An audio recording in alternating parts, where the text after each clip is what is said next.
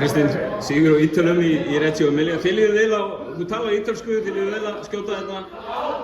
Ertu heima hér? Ég á heimavelli. Þetta var bara geggjaður liðsigur. Við vorum að setja boltann í körfuna og mér fannst við að keyra vel í bakið á þeim og taka varnarfrákastinn sem við svolítið skildum eftir í Laugardalshöllinni.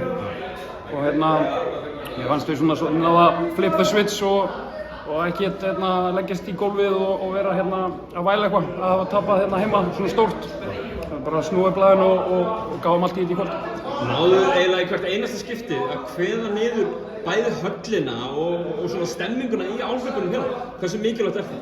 Bara risastórt. Það er ekkert gefins að vinna útivelli bara í körfubolta og hvað þá landsleikja.